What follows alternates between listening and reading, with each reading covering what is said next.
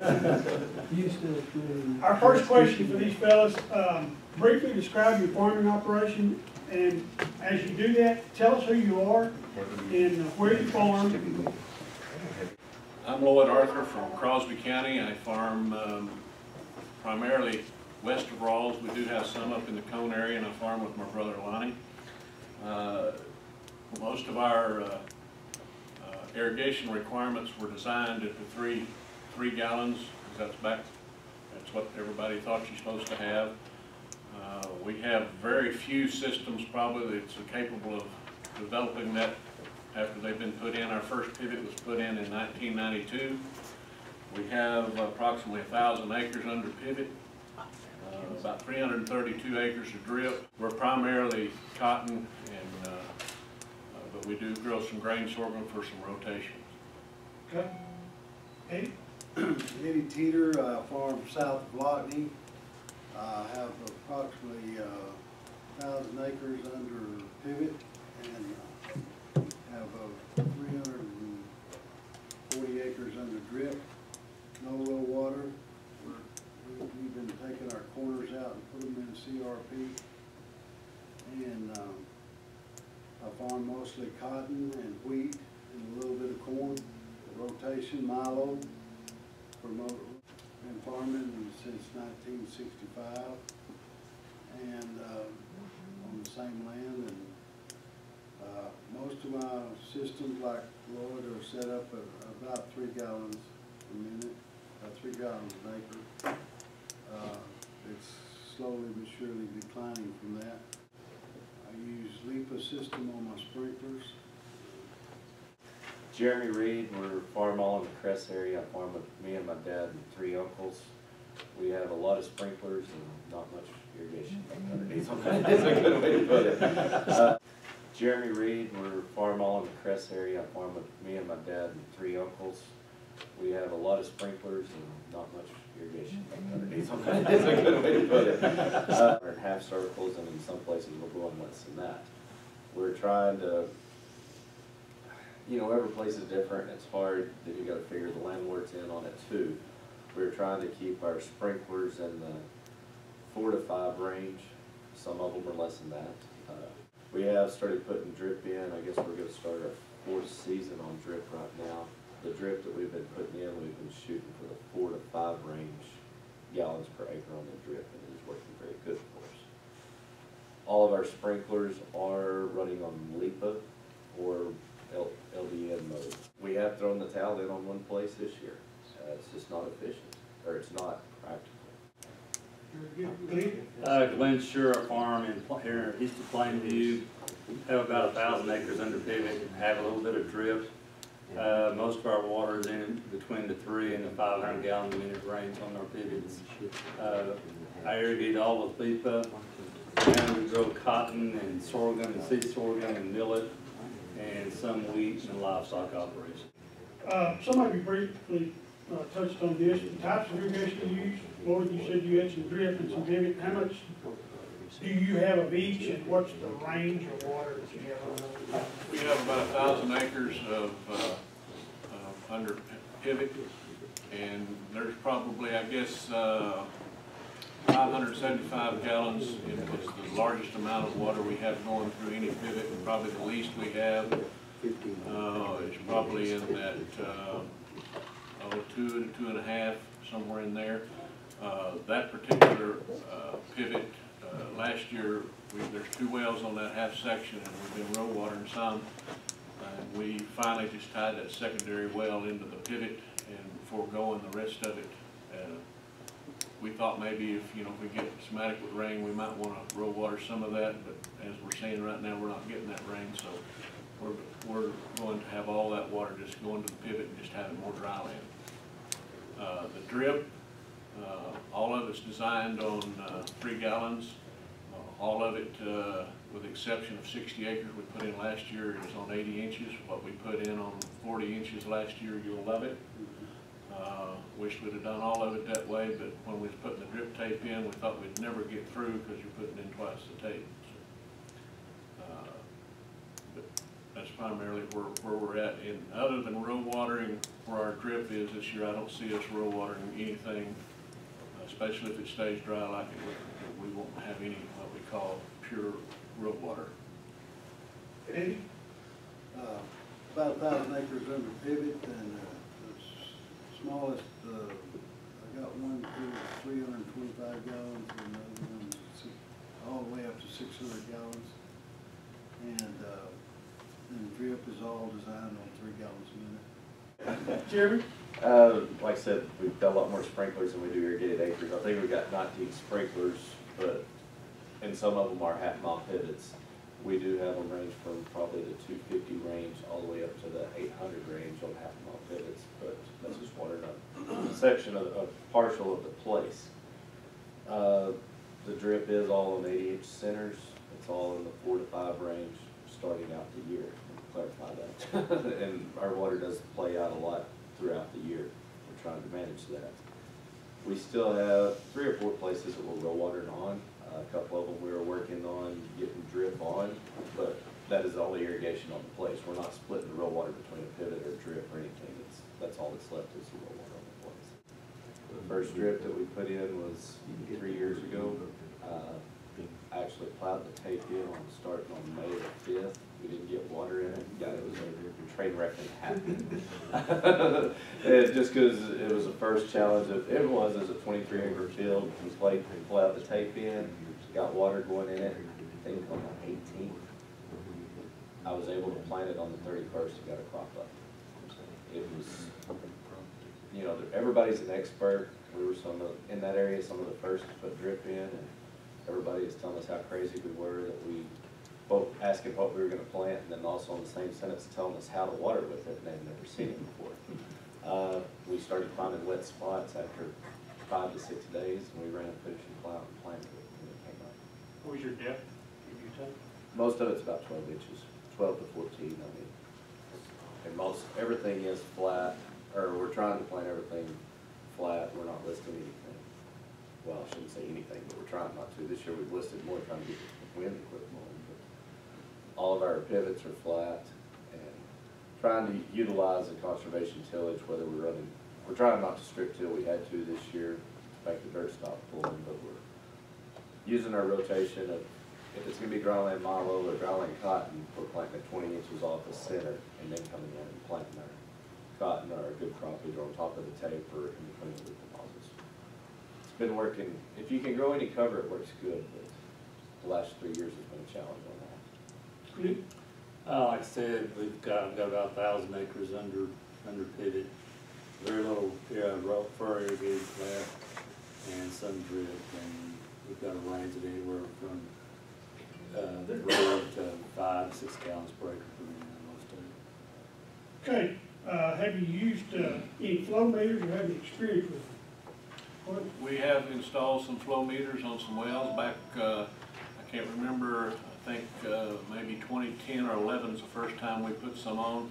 Anticipating was going to have to put some on for the water district, and we didn't want to have to put them all on at one time.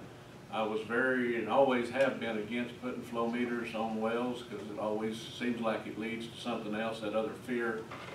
But we have probably 7 or 8 different systems that have meters on. They are useful. Were you surprised about how much water you had when you first started using it? Yeah, we're pumping less than what we had, and overall use of water is less than what we anticipated, because until you put a meter on, you can do calculations, and I've done that before with some of my kids on 4-H, you know, knowing what the system is gallons for, how many days you run, you kind of know how much water. Some of my systems from doing the calculations is running 65% of what you would think that you're actually pumping, which when you go to Austin, I think that's good to know what you're actually pumping, because I think that's our biggest water fear is coming from Austin as we proceed. So, you know, meters are not all that bad. You learn how to use them and what they're telling you. And in each field is different on the flow that, you know, it's, of course you've got different soil types and everything, but you got to learn how to use them and what they're telling you. You know, I don't know that I've made any big decisions off of what we've had with the flow meters. It was just that trying to start putting them on, knowing that we're required to have, but I think everybody ought to have at least one, and you realize in your operation and how you water, just the amount of water that you are using. Yeah, I've got flow meters on all my wells. I felt real good about them the first couple of years I had them on there, but this year, one meter that was showing 380 last year is showing 600 and something this year. I'm still trying to get in contact with my dealer on that. I don't understand, it was working fine until they came out and reprogrammed it, and something happened on that. But it really has given me a perspective about how much water I thought I was getting compared to what I am getting.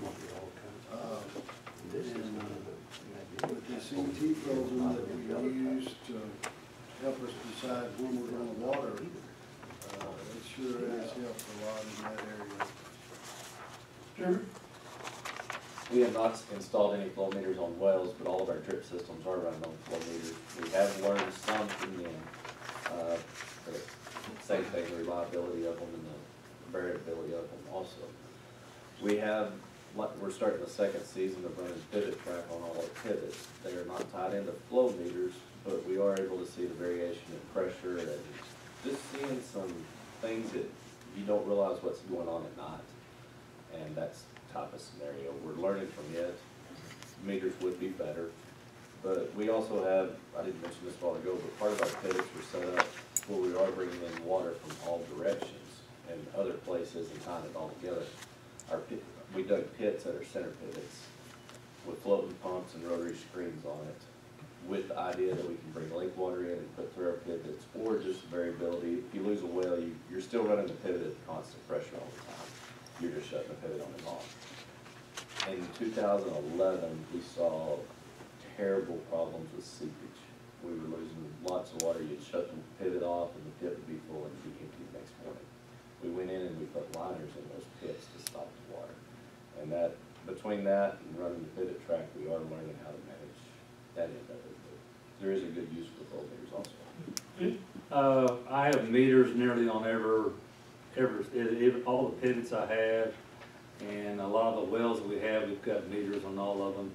Part of the deal is, what made me go to this is, it wasn't policy or anything like that, but being involved with the TAWC when we first started the project, the sites that we had, one of the first things that we did is we put meters on those pivot systems, and it really opened up all of our eyes as a producer of the group. It opened up all of our eyes of actually finding out how much water we use, and we really found out that we're not using as much water as what we thought.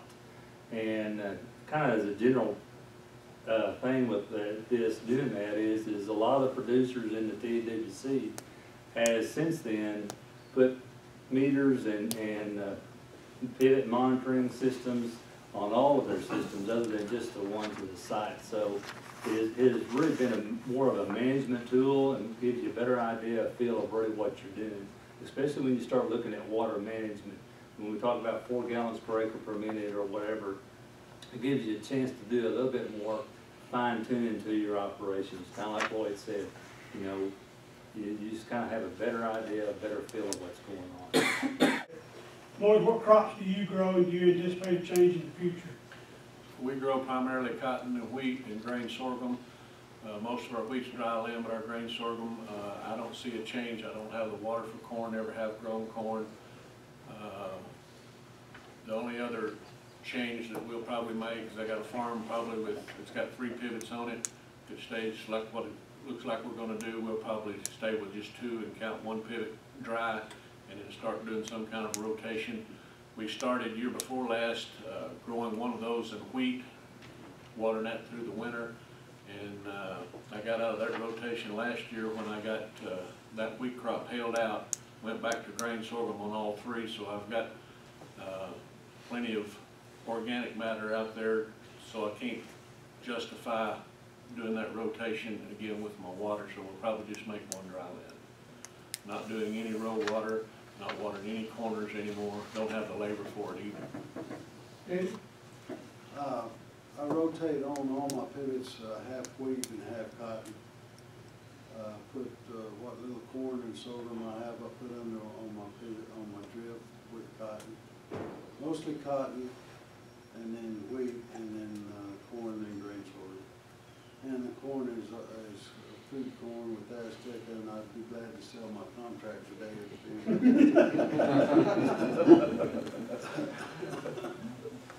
Terry? We're primarily cotton, wheat, and milo. The majority of our irrigation we're spending on cotton, with the exception of a hailstorm. 2 years ago, when it turned off so dry, I'm not gonna say we totally quit watering winter wheat, but we had limited our acres down to maybe a seed patch here or there, for the main reason we were spending so much of our water on watering winter wheat. When it came time to water cotton, we did not have the water left. You said that you had some limited water. You doing partial circles of a primary crop like cotton or whatever, just a portion of a circle? Yes, that's all we're doing. Okay, your windshield wiping that? Windshield wiping, yes, sir. Clint? Our majority of the crop is cotton and seed crops and seed millet, and we have some wheat. Probably the last several years, we've probably taken the emphasis off of our wheat, of irrigated wheat, and probably put more of it to our crop, cotton and other crops.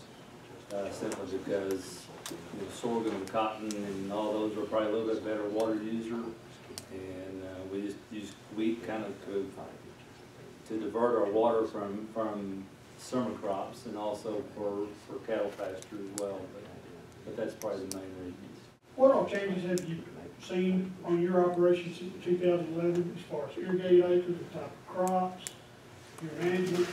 What do you do different since 2011? Because that was kind of an eye-opener for everyone. Well, normally we would start pre-watering in early March. No, he's got it. And I did that in 2011. When I went out there 1st of May to plant, the moisture was gone. We either had to redo it or start all over.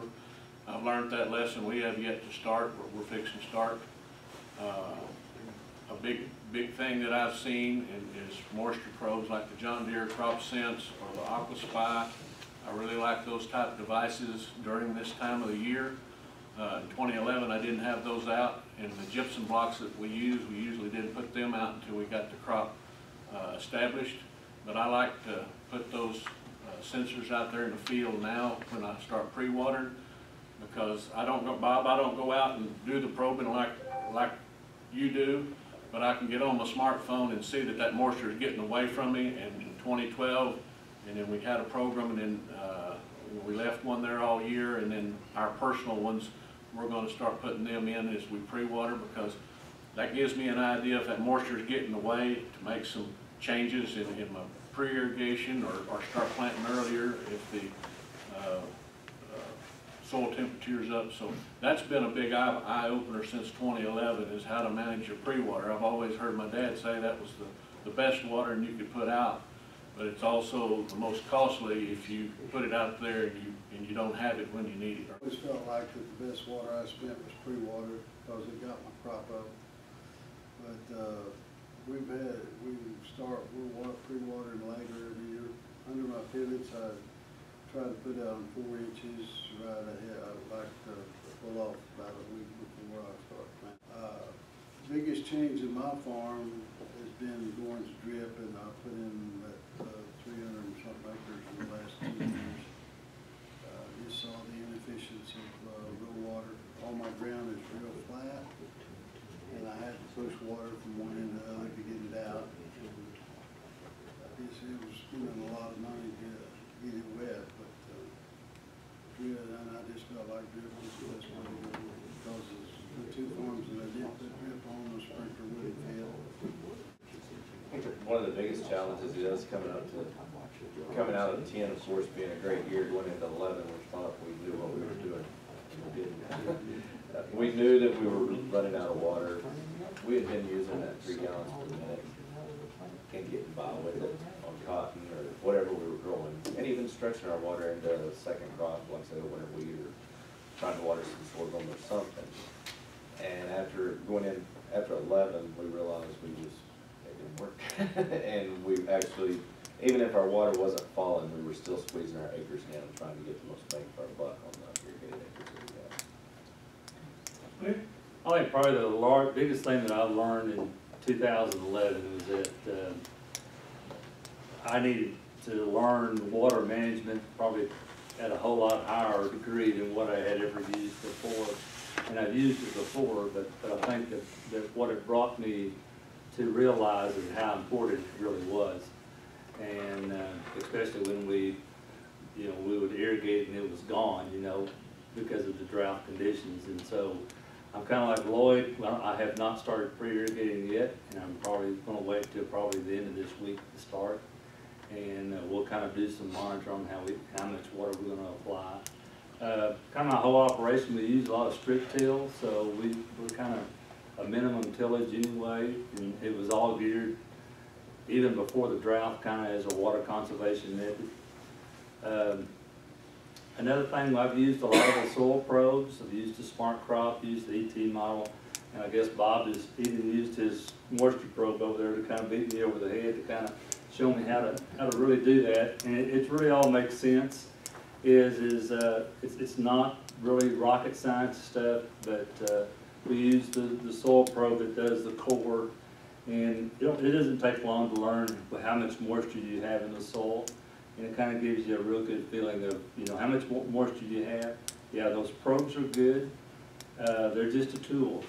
And they give you a real good idea of where that water is going. But as far as making an irrigation schedule and those kinds of things, they're just a tool. But the ET management side of the whole process is very good too.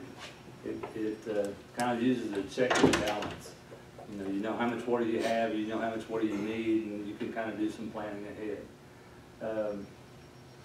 So I think that was some of the big changes that we made in 2011 and even now. So really what I'm saying is what I learned is how important water management really is, because we can sit here and we can calculate how much water we need, and at the end of the year, we know that we're not applying any more water than we absolutely have to.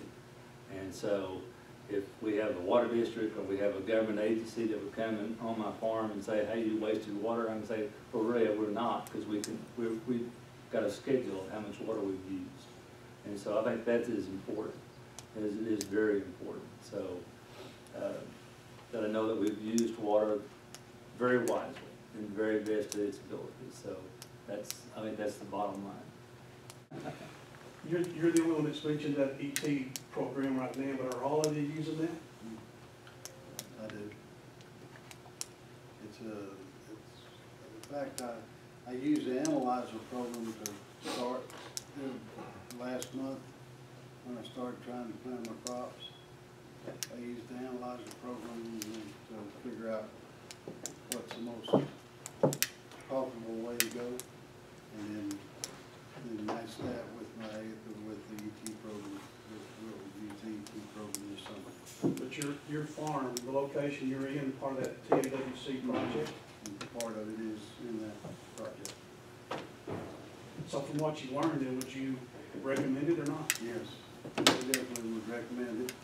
And Dan, when Bob and Dan were talking about the ET program the other day, they tweaked it quite a bit, but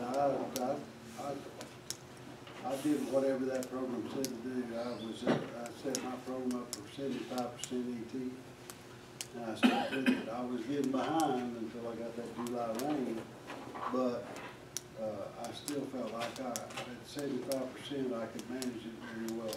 As far as the ET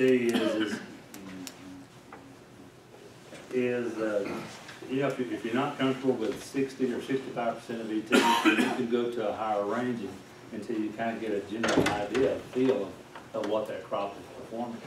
And there may be some times, like last year after we had the rain, instead of the 60% of ET or 65%, you see the potential there. You can up that to 75 or 80%.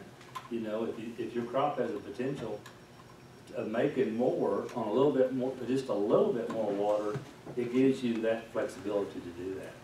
And I think that's what's really important to know how much water that crop is really using on a day-to-day basis.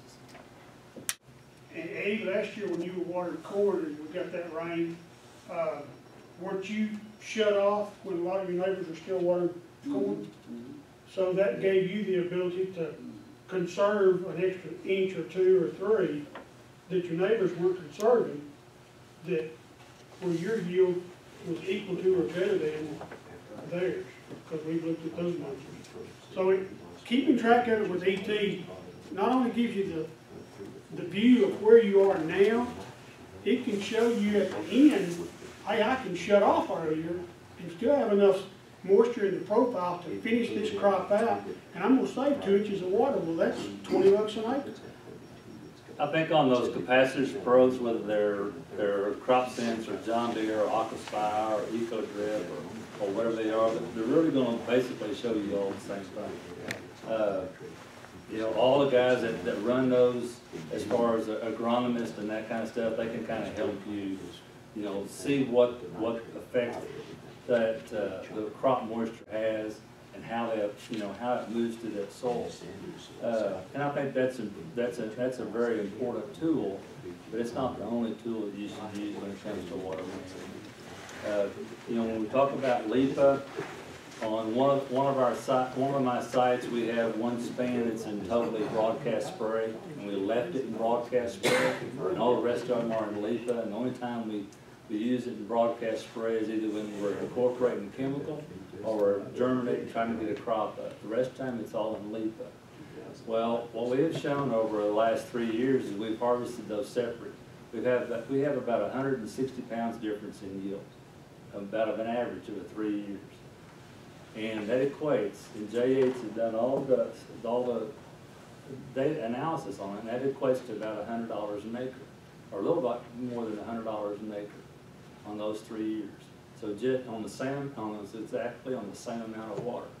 Now we have the probe, we put probes in the LIPA, and we put probes in the broadcast spray, and we kind of monitor those. So it's amazing the difference between 60% of efficiency versus about 85 to 90% efficiency.